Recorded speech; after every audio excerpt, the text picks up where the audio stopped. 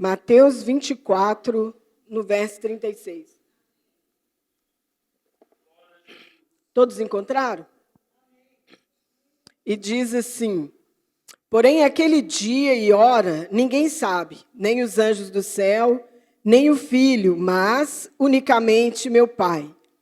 E como foi nos dias de Noé, assim será também na vinda do Filho do Homem. Pode se sentar, irmãos. O Senhor estava falando comigo essa semana e me chamando a atenção para algo que nós vamos compartilhar nessa noite. E aqui eu gostaria de falar com os irmãos, nós vamos falar de Noé, mas não vamos falar do início da Bíblia, porque quando você clica em Noé, você já abre um caminho para o futuro. E aí, como Deus tem falado conosco, mas aqui o que me chama a atenção, no verso 36, tem uma conjunção adversativa no final do verso, essa palavra mas, unicamente meu Pai. O que é essa conjunção adversativa? O que esse mais representa? Uma palavra que traz oposição. E aí está dizendo que o dia ninguém sabe, mas como foi nos dias de Noé, assim também será a vinda do Filho do Homem. Irmãos, às vezes o que traz um espanto para nós é o dia da vinda do Senhor. É a vinda, é o juízo que esse dia vai trazer. Mas Deus chamou a minha atenção não para o dia que o Senhor virá, mas para os dias que antecedem a vinda de Cristo. Dias esse que nós precisamos de voltar a nossa atenção, de ver o que eram esses dias. E o que esses dias servem de alerta para nós e nos prepara para o grande dia, o dia que o Senhor Jesus virá. E Deus tem falado muito comigo. E todas as vezes que eu ouço essas pregações dos dias de Noé e dos dias de Ló, os dias de Noé e os dias de Ló são como os dias de hoje. Qual que é a diferença dos dias de Noé, dos dias de Ló, para os dias de hoje? E o Senhor vem falando, nós vamos ver a respeito, através de toda a lição da Bíblia, chamando a atenção ao longo da história, para que nós observemos esses dias, os dias de Noé, para que haja um despertamento da igreja, um despertamento das famílias, um despertamento meu e seu para a vinda do Senhor. Mas não para um espanto que esse dia vai causar, mas para as lições que os dias que antecedem esse grande dia traz. E às vezes nós não prestamos atenção nisso. Paulo já chamava e chama a atenção da igreja para despertar desse sono profundo que nós vivemos. E Deus tem falado muito conosco. Lá em Ezequiel 14, no verso 12 ao 23, o Senhor fala assim, falando da justiça dos castigos de Deus. O tema, falando da justiça dos castigos de Deus. E aí lá no verso 14, no 16, no 18 e no 20, 4 vezes o Senhor vai dizer assim: ainda que Noé, Daniel e Jó estivessem no meio dela. Aqui o Senhor está falando de um tempo em que ele traria castigo por causa da corrupção, por causa da maldade dos homens. E o Senhor está dizendo, ainda que Noé, Daniel e Jó estivessem no meio dela, vivo eu, diz o Senhor Jeová, que nem filhos, nem filha eles livrariam, mas só livrariam as próprias vidas, pelas suas justiça. E o Senhor quer chamar a nossa atenção, irmãos, que o nosso foco deve estar nos dias que antecedem aí a vinda do Senhor. E o que quer dizer esses dias? Lá em Mateus, olha só para você ver, em Gênesis 6, a história de Noé começa em Gênesis 6, na corrupção do gênero humano, vai começar ali a história dele. Mateus 24, 36, vai falar disso, o Senhor Jesus já está falando a respeito do fim dos tempos, que os dias seriam como nos dias de Noé. E eu acho interessante aqui, porque lá em Eclesiastes 1:9 diz assim que não há nada de novo debaixo do sol. Como foi as coisas, assim elas voltariam a ser. Então eu entendo que é o Senhor dizendo, prestem atenção, que quando os dias voltarem a ser como era nos dias de Noé, a minha vinda está próxima. O Senhor está dizendo, o dia vocês não sabem. Tem 7 dias na semana, um dia desses o Senhor vai vir. Mas eu não sei qual dia. Tem 24 horas no dia, mas numa dessas 24 horas o Senhor virá. Mas o que me serve de alerta? É o que tem acontecido aí nesses dias. Lá em Lucas 17, 26, vai estar falando também de Noé. E vai estar falando dos dias de Ló. Lá em Mateus 24, no verso 42, vai dizer assim: vigiai, porque não sabeis a hora que há de vir o vosso Senhor. Lá em Apocalipse 3, no verso 3, vai dizer assim: diz o Senhor, se não vigiares, virei sobre ti como um ladrão, e não saberás que hora sobre ti virei. E esse vigiares aqui, irmão, no original ele quer dizer advertência solene, atenção restrita. Está dizendo, deem atenção restrita nos dias que antecedem a vinda de Cristo. Prestem atenção nos dias se eles já não são como os dias de Noé. Noé estava ali construindo a arca, falando do dilúvio, mas ninguém acreditava. O povo vivia distraidamente. E o que me chama a atenção, né? Não virei para ti, mas virei sobre ti. E quando fala virei sobre ti, está mostrando que vai trazer juízo. E o Senhor chamando a nossa atenção. Lá em 1 Pedro 3, no 17 ao 20, vai dizer também do dia de Noé. E que poucas almas se salvaram. Irmão, mas o que tem me chamado a atenção, o que tem acontecido nesses dias, que são como os dias de Noé e os dias de Ló? Primeiro, os protótipos de família que mudaram drasticamente. E aí fala dos dias de Noé, você vai ver um modelo de família que você não via antes, mas que hoje você vê com muita frequência. Quando fala dos dias de Ló, você também vai ver um modelo de família que não se via antes. Irmãos, quando você vê o jornal, o que você vê, a quantidade de incesto que tem, de filhas tendo filhos dos próprios pais, é uma coisa horrível. Eu não gosto de ver jornal, principalmente essas reportagens, porque o que mais vê. Às vezes eu sento lá de frente à televisão, passo tempo sem ver, estou ouvindo dizer que pai estuprou filha, que filha está grávida de pai, e o Senhor tem chamado a atenção. Mas observe bem que uma das coisas que aconteciam mais nos dias de Noé eram dias de idolatria. Ah, mas como assim dias de idolatria? Irmãos, você sabe o que significa idolatria? O que é idolatria? Quando nós falamos de idolatria, vem à nossa mente alguém que adora ídolos, alguém que adora imagem, e também é. Mas a palavra idolatria, ela é uma palavra composta, ido, que significa ídolo, e latria, que em latim significa culto. Então, é dar culto a um ídolo. E aí nós vamos entender que muitas das vezes, irmãos, e entendendo mais, idolatria é dar culto a ídolos para receber alguma coisa em troca. E muitas das vezes, muitos dos nossos cultos, o que nós chamamos de culto, o Senhor chama de idolatria. Mas por que se nós não estamos adorando imagem? Mas quantas vezes você vem na igreja para receber algo?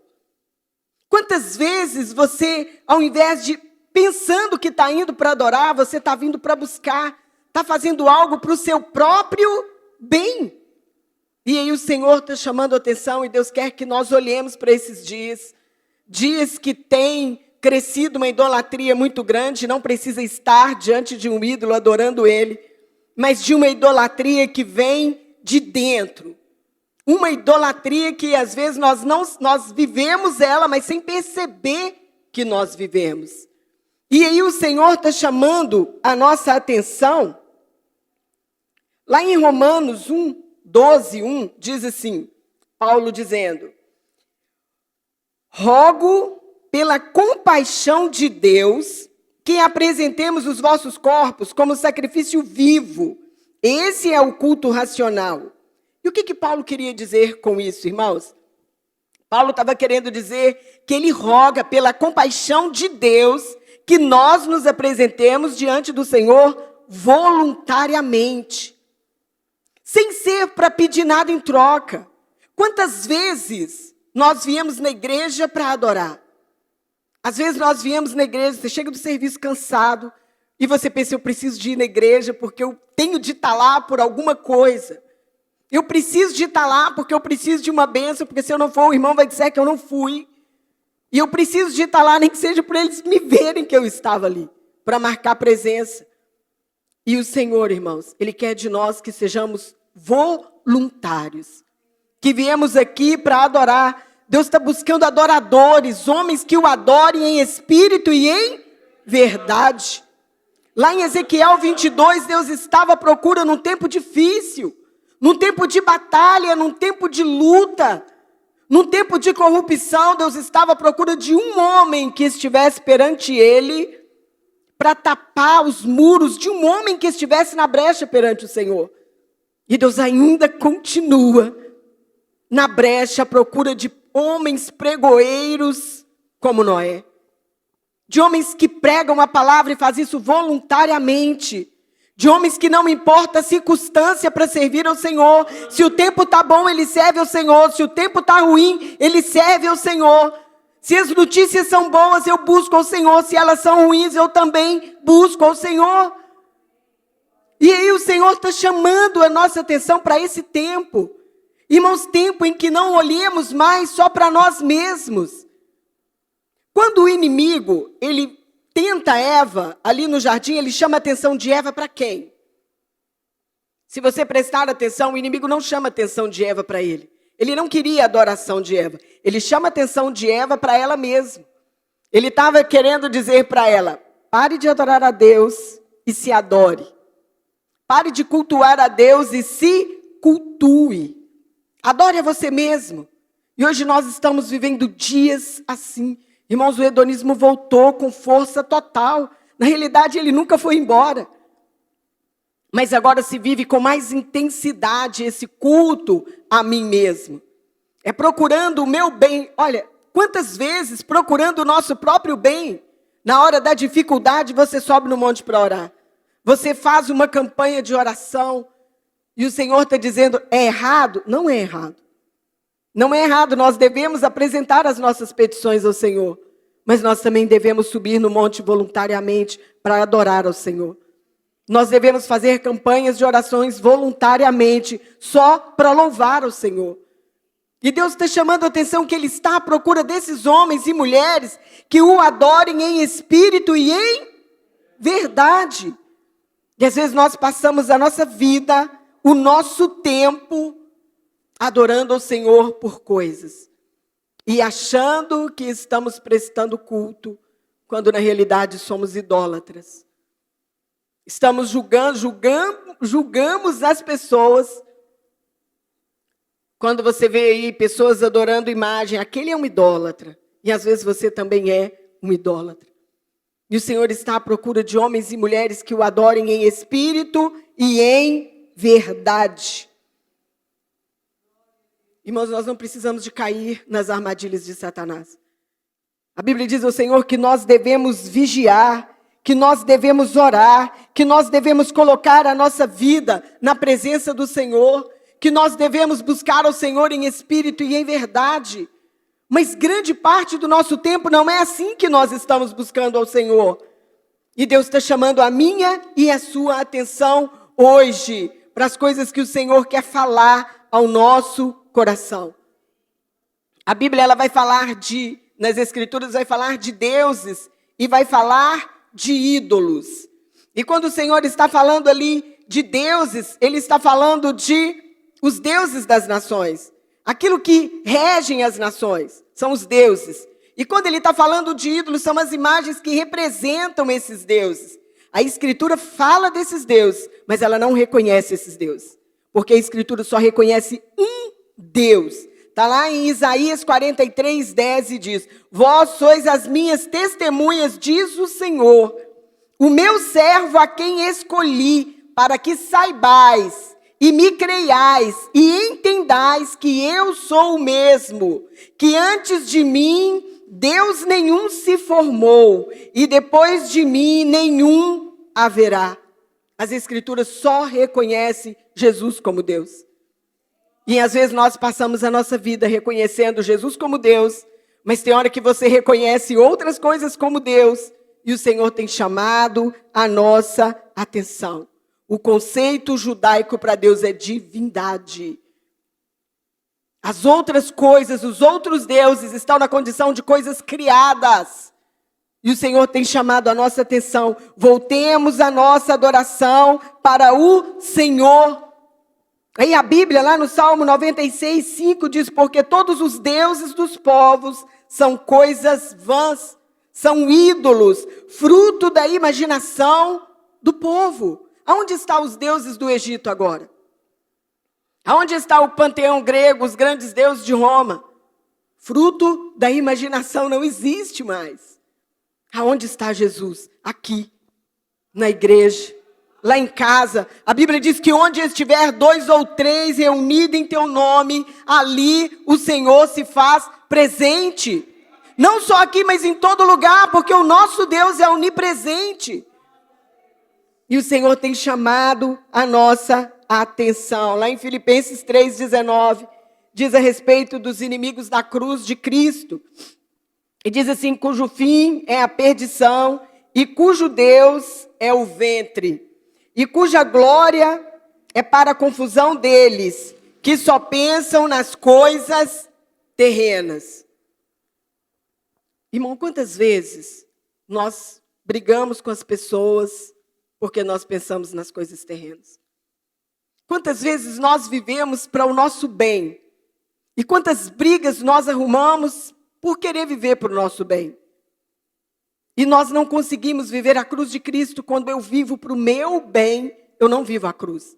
Porque a cruz, ela é em duas direções.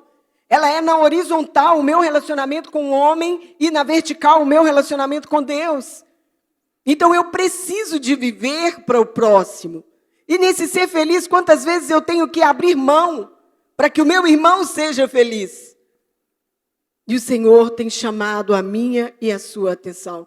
É hora de vivermos um novo tempo, de entender o que é esses dias de Noé.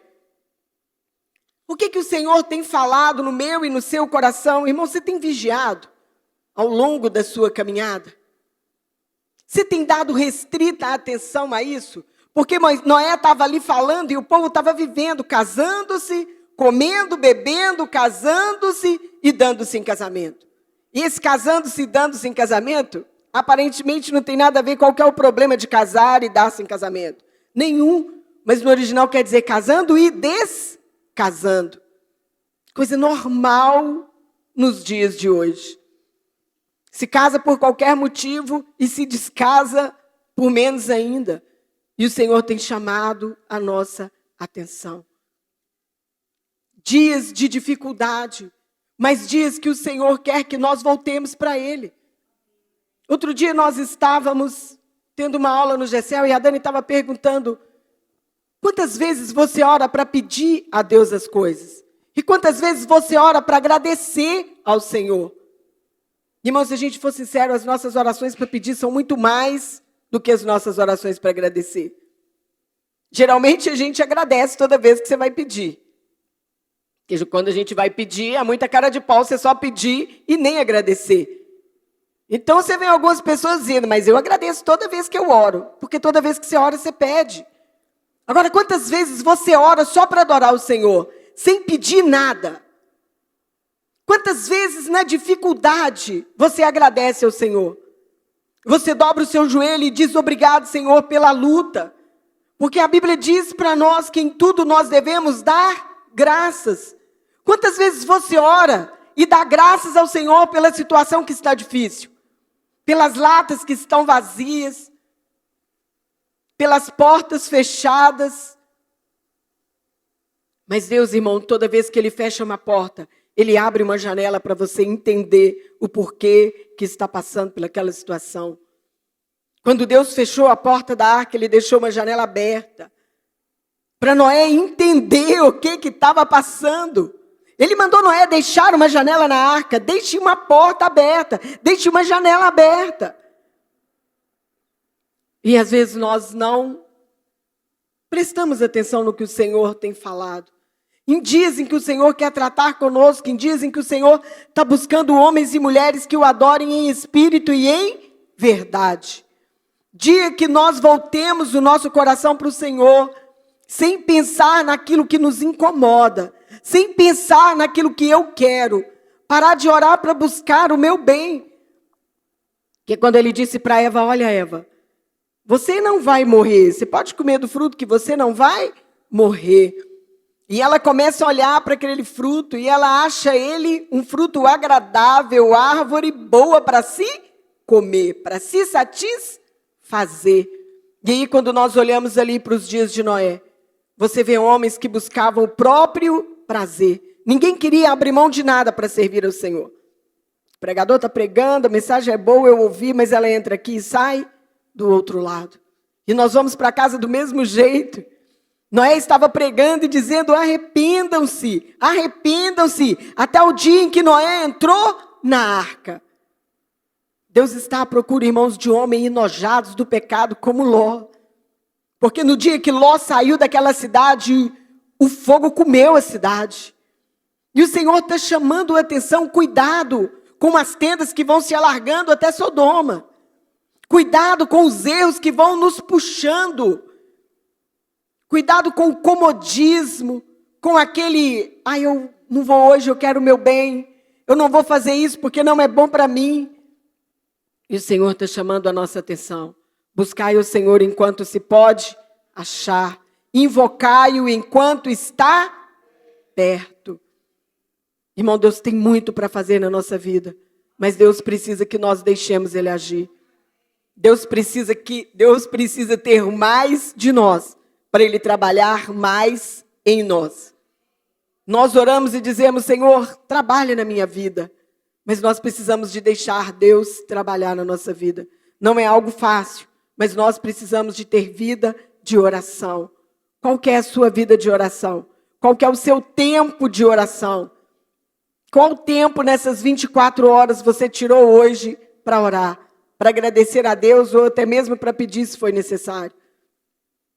Às vezes nós passamos o nosso tempo levando a vida de qualquer maneira, distraídos com qualquer coisa. E o Senhor tem chamado a sua atenção. Deus tem bênção para você e para a sua casa.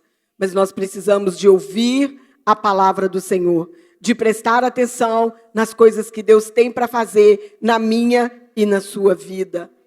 Eu não vou delongar mais, irmãos, porque o que o Senhor tem para a sua vida é isso. Preste atenção na vida de idolatria que nós temos levado. Preste atenção nos cultos que você vem para pedir ao Senhor. Aqui não é lugar de pedir, aqui é lugar de adorar. Pedir ao Senhor você pede em casa. Em casa também se adora o Senhor. Mas todas as vezes que nós entremos naquela porta, lembre-se que aqui é lugar de adoração. Que nós devemos entrar para adorar ao Senhor. Eu aprendi isso depois de anos na igreja. Um dia eu cheguei na igreja e o pastor perguntou, o que você veio fazer aqui? Responda para você. E eu tinha ido lá para pedir. Eu falei, eu vim pedir. Eu precisava de tantas bênçãos. E depois o pastor falou, se você veio pedir, você respondeu errado. Que aqui é lugar de adoração. Irmãos, nós precisamos de ouvir a palavra e aprender o que o Senhor quer nos ensinar. E depois desse dia, quando eu entro aqui dentro, eu procuro trazer a minha mente a adorar ao Senhor. Não é fácil, porque quantas vezes você está aqui no culto e sua mente está andando por aí, está em tantos lugares que não é aqui. Mas eu vou trazendo a minha mente, eu não posso me distrair. Eu vim aqui para adorar ao Senhor. Eu vim aqui para adorar ao Senhor, Deus me ajuda, eu preciso te adorar. Eu preciso de prestar atenção na palavra, eu preciso de adorar, de cantar louvores de verdade, não de mentira. Eu preciso de prestar atenção no que eu estou cantando, para eu poder viver aquilo que eu estou cantando. Eu preciso de prestar atenção no culto, porque aqui é a oportunidade de aprender a palavra do Senhor. Todos os dias que você vem aqui, Deus está te dando uma oportunidade. Essa palavra é para você. Irmão, Deus quer tratar com a idolatria que tem nos atrapalhado. Deus quer tratar com as distrações que tem nos tirado o foco. Não é ter medo de um dia Jesus voltar.